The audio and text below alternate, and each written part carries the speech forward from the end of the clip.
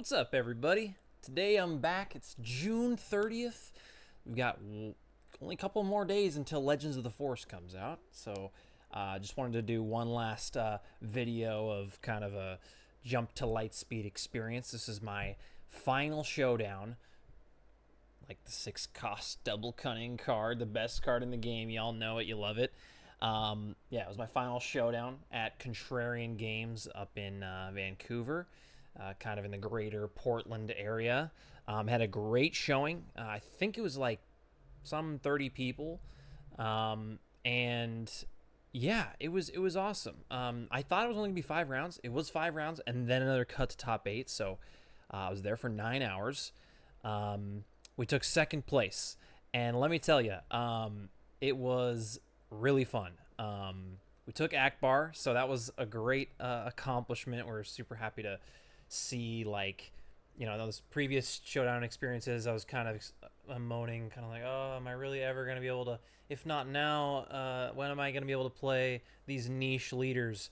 Well, we did it with Ackbar Data Vault, and here's the trophies to prove it. We almost had the champion too, funnily enough. So I'll just start with the breakdown of the day. So my first matchup of the day was against Carson, who was playing Vader Data Vault, Vader 1 Data Vault. Bunch of top end, both Devastators, Crate Dragon, all that stuff. He had Relentless in the sideboard. And he also had a lot of good, like, early stuff, like a lot of one-cost, First Order Stormtrooper. Actually, a lot of First Order synergy with General Hux. It's definitely one of his own creations. He had that deck down, so I give him props for playing at a higher level with just kind of a more niche deck and something that was totally his, like that General Hux, just drawing him cards, giving stuff raid 1, like, really paid off. I learned, okay, I gotta get rid of this guy. But I did take that match 2-0. I also played him in the finals. So we came full circle after a whole day of, first round, I beat him 2-0. Last round, we'll get to that, how that went. So second round, I was Cad Bane Data Vault. I got that one 2-1. We almost went to time. They called time, and we had those 2 phases. It was a good enough sport to play quick. Otherwise, we would have drawn. Yeah, it was a great deck. I actually like that deck a lot. It's more fun to play against because I don't have to worry about my turn 1 getting killed and playing the past game and stuff. But Ackbar is still pretty good at dodging that because he's playing stuff like Grogu and Favorable Delegate that have 5 health. But regardless, that was a really fun game. And then we played Sabine ECL. I won that one 2-1. It's interesting, at one game there was a Poe with a dark saber that I was like, I gotta draw the choose sides. Didn't draw the choose sides, but we were able to just keep tapping Poe down and keeping him in check with Ackbar's action. Just pay 1, I'll give you an X-Wing, I'll prevent 12 damage from coming in. So that kept the Poe in check. The round that I lost, I think it was just a classic, like, Sabine burn. Me having initiative was huge because I got initiative on the first and third game. That was huge. I was able to tap down his stuff. I think my opponent had said, like, I shouldn't have been using the Battlefield Marine to burn down your Grogu, or I think it was maybe a Padme or something. He probably should have just gone to base. So he had acknowledged there was some misplay there, but I felt pretty good into it. The deck typically has a harder time against Sabine ECL, and I was happy to take that one. And then I played Han 4 Data Vault. I got that one 2-0. It's a cool deck. It was just unlike a deck I'd ever seen. So shout out to Dan for that one. That was a really, really interesting deck. I'd definitely like to revisit that if I'm looking for another green yellow heroism deck. That's all my green heroism cards are tied up in Ackbar. Okay, and then we played Kira ECL. which actually is harder matchup than Kira Datavault. It's not as grindy. It's a little more mid-rangey. It's just a little more aggressive. Just putting stuff down, is getting wide. I was like, man, I'm not doing great here. So I lost 0-2. Yeah.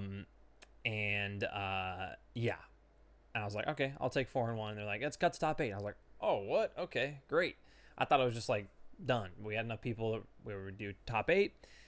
So first round of top 8, I faced Anakin Blue 30. I got that one 2-0.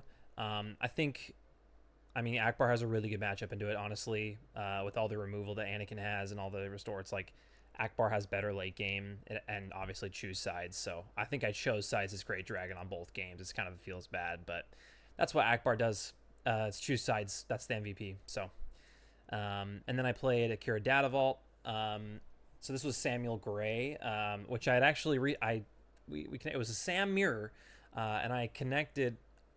So we both made Bosk videos, and I'd actually already seen his Bosk video, and I didn't realize across the table from him, like, oh my gosh, I've literally watched your Bosk video, and oh man, I'm a Bosk truther. So let's make Bosk happen, not in a hard control sense, but in a draw your entire deck sense. That's just one of the I think it's the funnest deck I've ever played. I mean, it's literally like up there with Ackbar. Like these two decks have been the funnest decks I ever played in the game. So anyways, he was playing Kira Datavault that day, and I got it 2-0. Ackbar has a pretty good time into the Datavault version. I did see my choose sides, so you know, you win when you get choose sides and they don't have an answer. And yeah, I just was kind of able to outgrind him and keep his units in check, and it was a good match. He's a good player. And then the last match was against Carson again. I think it was 3-2 and he snuck his way into the top 8, and he came all the way back. I think the previous round he actually had beaten the Kira Datavault that I had lost to. So I was like, oh my gosh, like I'm gonna win this thing, because I was like, if the Kira wins, I might have a hard time, because that deck's I don't know why that you know, I think the ECL is obviously different. I think he was playing some spicy stuff like Kiadi Mundi that gave him a ton of card advantage. He hit his Pershings both games. It was like Pershing Super Laser Tech both games, which, you know, you're gonna hit more often when you're playing ECL and not a 60 card deck. So that kind of hurt, and I knew that I would have a hard time again. But luckily, the Vader Datavault beat the Kira ECL, and I was like, oh great, I've already beat Carson. I can go right into this and have a great time. So we roll initiative. He got the initiative. So first games, I had the initiative. I think that's huge in this matchup, just for Ackbar in general, because he can tap everything down before you can do anything later. I mean, but also like being able to play something and then tap your own unit and get coordinate on turn 2. That's also important.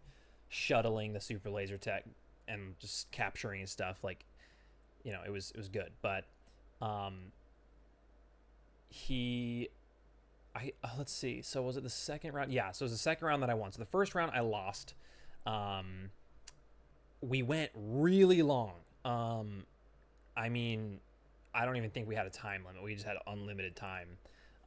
So maybe if we had adhered to 55 minutes, we would have been 1-1. But I mean, you can't have a tie. You can't have a tie in a final. So, yeah, I think finals are just unlimited time. But the first one, we went super long, and I just wasn't finding the choose sides.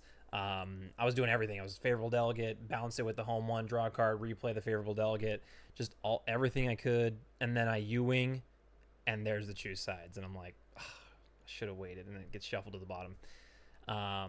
So I lost that one. I think at that point he had like Crate, Devastator. It was nuts. And then the second round, he bricked bad. He had his 6 resource turn. He had no play. And he had no turn 1 either. So that was just like, it just snowballed into like, this is just bad.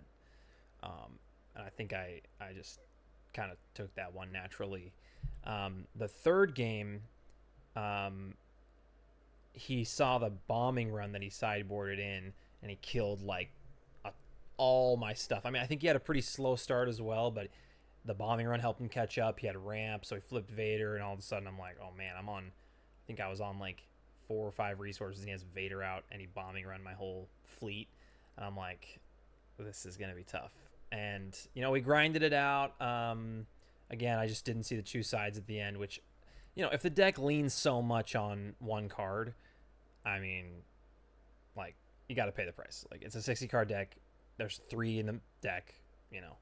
One thing that I thought was cool though was I am running one Kira unit, and I was able to call Devastator, and it blocked both Devastators from being played. So it turned the 8 cost one into an 11, and the 10 cost Devastator into a 13, and he wasn't able to play either of them. So it's like, sweet. But he timelied out a Reinforcement Walker and killed the Kira, and then he was able to play next turn. So he had a great hand. But I just thought it was cool because they share the same name. So anyways, overall, it was an awesome day. I had a great time. I'm really happy with the result, just playing kind of like a more off-meta deck. Probably wouldn't have been as fun if I brought Kira again, to be honest. I think what I'm going to try to do is maybe in the early meta of like set 5, like every set, I think I might start with a more competitive thing just to kind of get a feel for what the meta is looking like.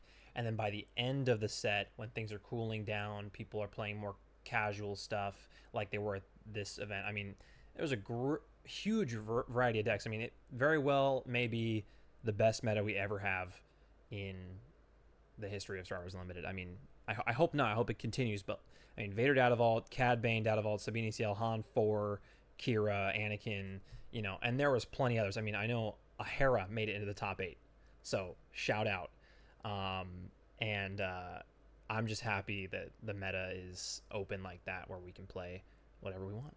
So yeah, I just wanted to give a little report on the day, and thanks to Contrarian Games, Contrarian Game Cafe. I love the store. It's actually the first time I'd been there, and yeah, I hope we get more showdowns just like this. So yeah, y'all can expect a lot more Legends of the Force content to come because I'm super hyped. So with that, this is the final video of JTL signing off.